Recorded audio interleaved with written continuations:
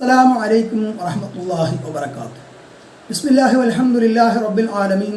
الصلاة والسلام على رسوله وعلى آله وصحبه أجمعين.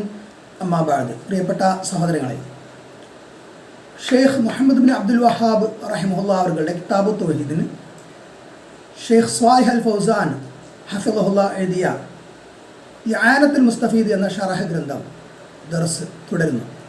സുമ്മ ഖാല, പിന്നീട് അല്ലാഹു സുബ്ഹാനഹു വ തആല പറഞ്ഞു, വലാ തഖറബൂ മാലൽ യതീമി ഇല്ലാ ബില്ലതി ഹിയ അഹ്സൻ.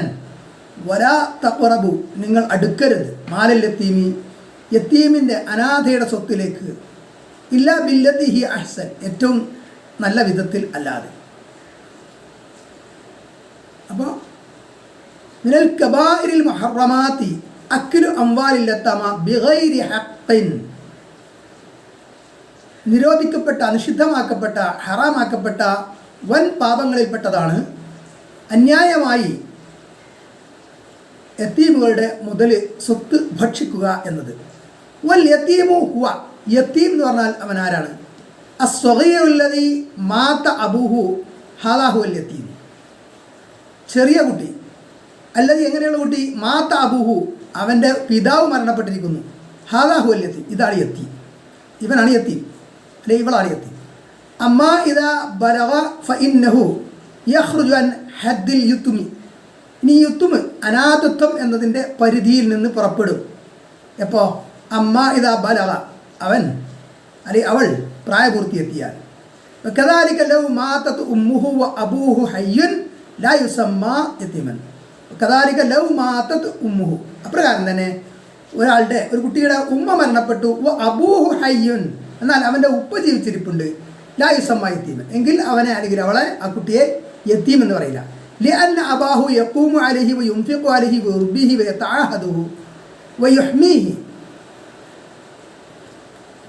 കാരണം അവൻ്റെ ഉപ്പ അവൻ്റെ കാര്യങ്ങൾ നടത്തുന്നു, അവന് വേണ്ടി ചെലവാക്കുന്നു, അവനെ വളർത്തുന്നു, അവനെ സംരക്ഷിക്കുന്നു, ഇതെല്ലാം ചെയ്യുന്നു. ഫൽ യതീമു ഹുവ, അപ്പോൾ യതീം എന്ന് പറഞ്ഞാൽ, യതീം ആരാണ്? ഫുഖ്ദാനുൽ ആബാഇ ഫി വഖ്തി സ്വിഗരി. ഫൽ യുത്മു, അപ്പോൾ യുത്മ് അനാഥത്വം എന്ന് പറഞ്ഞാൽ എന്താണ്? ഫുഖ്ദാനുൽ ആബാഇ ഫി വഖ്തി സ്വിഗരി, ചെറിയ പ്രായത്തിൽ ഗുരുവെത്തുന്നതിന് മുമ്പ് പിതാക്കൾ നഷ്ടപ്പെടുന്ന അവസ്ഥയാണ് യുത്മ്, അനാഥത്വം എന്ന് പറയുന്നത്. ഫൽയതീമു ബിഹാജത്തിൻ ഇലാ മൻ യഅനിഹി, അപ്പോൾ കാര്യങ്ങൾ നോക്കാൻ ഒരാളിലേക്ക് ആവശ്യക്കാരനാണ് യതീം. വ ഇലാ മൻ യഹ്മിഹി, അവനെ സംരക്ഷിക്കുന്ന ഒരാളിലേക്ക്. വ ഇലാ മൻ യർബിഹി, അവനെ വളർത്തുന്ന ഒരാളിലേക്ക്. വ ഇലാ മൻ യുദാഫിഉ അൻഹു, അവനെ പ്രതിരോധിക്കാൻ, അവനെ ആരെങ്കിലും ഇപ്പോൾ ആക്രമിക്കുക, അവനെ ബുദ്ധിമുട്ടിക്കുകയാണെങ്കിൽ അത് തടുക്കാൻ, അവൻ്റെ കാര്യങ്ങളൊക്കെ നോക്കി നടത്താൻ ഒരാൾ അവന് ആവശ്യമാണ്. ഫഹുവ ദഈഫ്, അവൻ ദുർബലനാണ് യതീം. വമിൻ ദാലിക അൽ മുഹാഫദതു അലാ മാലിഹി, അപ്പോൾ ഇതിൽപ്പെട്ടതാണെന്ത്? അവനെ സംരക്ഷിക്കുന്നതിൽപ്പെട്ടതാണ് അവൻ്റെ സ്വത്ത് സംരക്ഷിക്കുക എന്നത്. ഫലാ യന്തഹസു ഫുർസത സ്വരിഹി വയത്മിഹി ഫയതഅദ്ദ അലാ മാലിഹി ലിഅന്നഹു ലാ യുദാഫിഉ, അപ്പോൾ അവൻ്റെ ആ കുട്ടിത്വം, ചെറുപ്രായമാണ് എന്ന്, അതിൻ്റെ അവസരം അത് കളി തമാശയാക്കരുത്, അതുകൊണ്ട് കുഴപ്പമുണ്ടാക്കരുത്. എന്ത്? അവൻ്റെ മാലിൽ, അവൻ്റെ സ്വത്തിൽ അതിക്രമം അരുത്.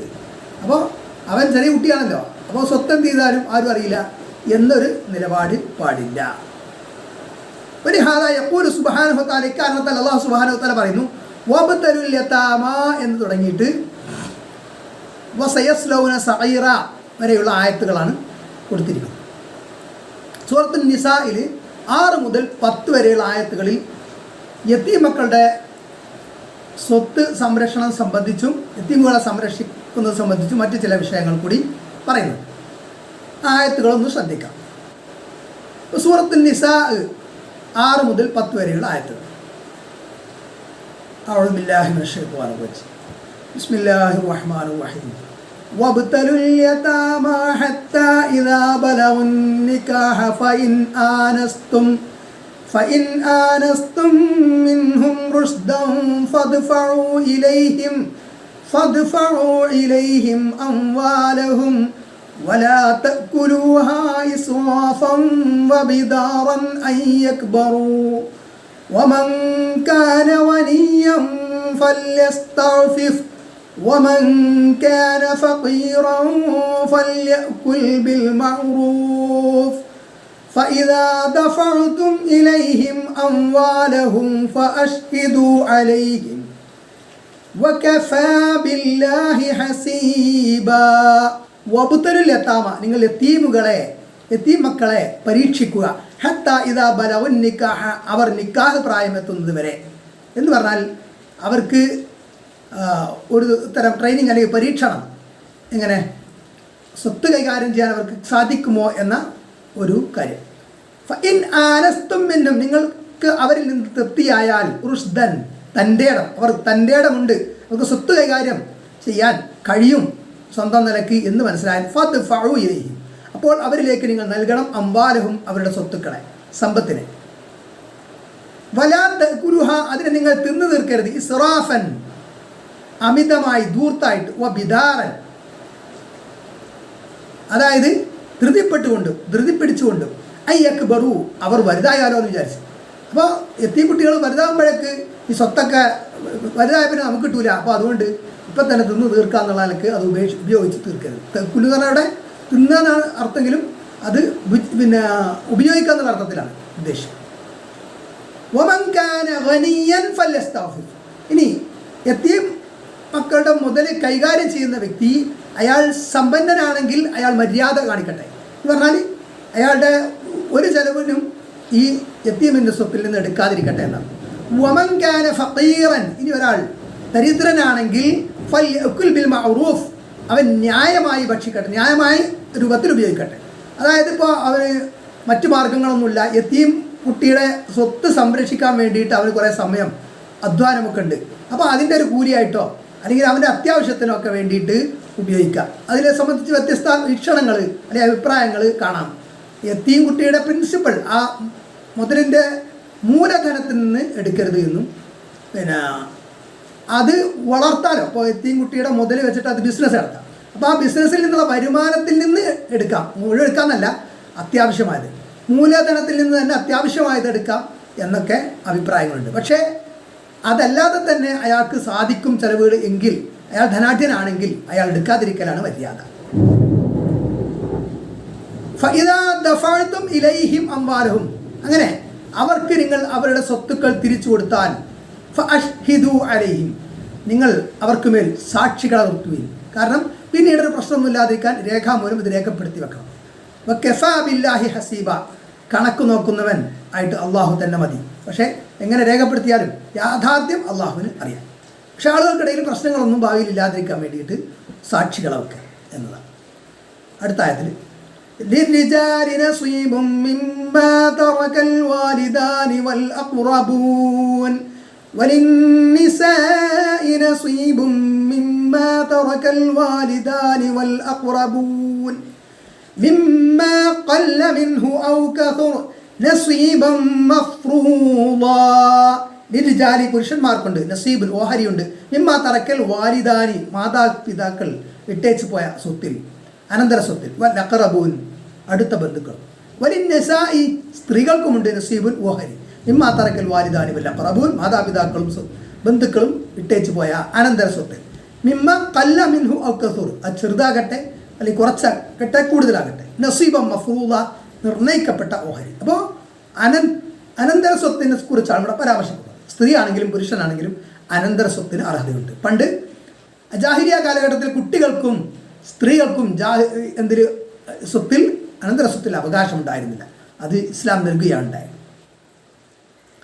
വിശദാംശങ്ങളൊക്കെ മറ്റു ആയത്തുകളിൽ വന്നിട്ടുണ്ട്. وَإِذَا حَضَرَ الْقِسْمَةَ أُولُو الْقُرْبَى وَالْيَتَامَى وَالْمَسَاكِينِ فَارْزُقُوهُم مِّنْهُ وَقُولُوا لَهُمْ قَوْلًا مَّعْرُوفًا وَإِذَا حَضَرَ الْقِسْمَةَ അങ്ങനെ ഖിസ്മത്ത് സ്വത്ത് ഭാഗിക്കുന്ന സന്ദർഭം, ആ സന്ദർഭത്തിൽ ഹാജരായാൽ ഉലുൽ ഖുർബ ഉറ്റ ബന്ധുക്കൾ വൽ യതാമ യതീങ്ങളും വൽ മസാക്കീൻ മിസ്കീന്മാരും ഫർസുഖുഹും മിൻഹു അതിൽ നിന്ന് നിങ്ങൾ അവർക്ക് നൽകണം. വഖൂലു ലഹും ഖൗലൻ മഅറൂഫ അവരോട് ന്യായമായ വാക്ക്, മര്യാദയുള്ള വാക്ക്, നല്ല വാക്ക് പറയണം. അതായത് എന്തെങ്കിലുമൊക്കെ അവർക്കും നൽകുക. ഇത് ഒരു നിർദ്ദേശം മാത്രമാണെന്നും അല്ല നിർബന്ധമാണെന്നും രണ്ട് വീക്ഷണങ്ങളുണ്ട്. ഏതായാലും ഇത് പരിഗണിക്കുന്നത് നല്ലതാണ്. അതായത് അനന്തരാവകാശികളായിട്ടുള്ളവർക്ക് എന്തായാലും അനന്തരാവകാശം കൊടുക്കണം. അതല്ലാത്തവർക്ക് ഈ അനന്തരാവകാശികൾ കൂടി ആലോചിച്ചിട്ട് എന്തെങ്കിലും സാധുക്കൾക്ക് കൊടുക്കുക. ആ സമയത്ത് അവിടെ വരുന്ന സാധുക്കൾക്ക് അവരാവശ്യക്കാരാണെങ്കിൽ എന്നത്. وَلْيَخْشَ الَّذِينَ لَوْ تَرَكُوا مِنْ خَلْفِهِمْ ذُرِّيَّةً ضِعَافًا خَافُوا عَلَيْهِمْ فَلْيَتَّقُوا اللَّهَ وَلْيَقُولُوا قَوْلًا سَدീദാ.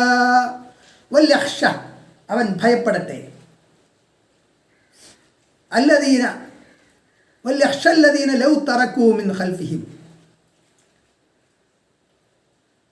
ذرية ضعافا خافوا عليهم. വല്യഖ്ഷ ഭയപ്പെടട്ടെ. الذين ഒരുത്തർ ലൗ തറക്കൂ മിൻ ഖൽഫിഹിം അവർ അവരുടെ പിറകിൽ ഉപേക്ഷിച്ചു പോയാൽ ദുരിയത്തൻ ദുആഫൻ ദുർബലരായിട്ടുള്ള തങ്ങളുടെ മക്കളെ, സന്തതികളെ ഖാഫു അലൈഹിം അവർക്ക് മേൽ അവർ ഭയക്കുന്നു. അതായത് ഇപ്പോൾ നമ്മുടെ മക്കൾ ദുർബലരായി പോയി കഴിഞ്ഞാൽ, അതായത് സ്വത്തുക്കളൊന്നുമില്ലാതെ അവരെ വിട്ടേച്ച് നമ്മൾ മരിച്ചു പോയി കഴിഞ്ഞാൽ അവരുടെ അവസ്ഥ എന്താകുന്നുള്ളൊരു ആശങ്ക നമുക്കുണ്ടാകും. അങ്ങനെ ആശങ്കയുള്ളവർ ഫല്യത്തഖുല്ലാഹ അവർ അള്ളാഹുവിനെ സൂക്ഷിക്കട്ടെ. വല്യഖൂലു ഖൗലൻ സദീദ അവർ നല്ല വാക്ക് പറയുകയും ചെയ്യട്ടെ. അപ്പോൾ അവർ ഭയപ്പെടട്ടെ എന്ന് വല്യഖ്ഷ എന്ന് പറഞ്ഞു. ഇങ്ങനെ സ്വന്തം മക്കളുടെ കാര്യത്തിൽ ഭയപ്പാടുള്ളവർ യത്തീമുകളുടെ കാര്യത്തിലും ഭയപ്പെടട്ടെ എന്നതാണ്. അതായത് ഇപ്പോൾ നോക്കുന്നത് യത്തീമിനെയാണ്. അവൻ്റെ രക്ഷിതാവ്, അവൻ്റെ പിതാവ് മരിച്ചുപോയതാണ്. അപ്പോൾ തൻ്റെ മക്കൾക്കാണ് ഈ ഒരു ഗതി വന്നിരുന്നെങ്കിൽ, അങ്ങനെ വരികയാണെങ്കിൽ താനത് ഭയപ്പെടുന്നില്ലേ, ആശങ്കപ്പെടുന്നില്ലേ? അപ്പം അതേപോലെ ഈ മക്കളുടെ കാര്യത്തിൽ, ഈ യത്തീം മക്കളുടെ കാര്യത്തിലും പരിഗണിക്കണം എന്നാണ്. ഇന്നല്ലദീന യഅ്കുലൂന അംവാലൽ യതാമാ ദുൽമ ഇന്നമാ യഅ്കുലൂന ഫീ ബുതൂനിഹിം നാറാ വസയസ്ലൗന സഈറാ.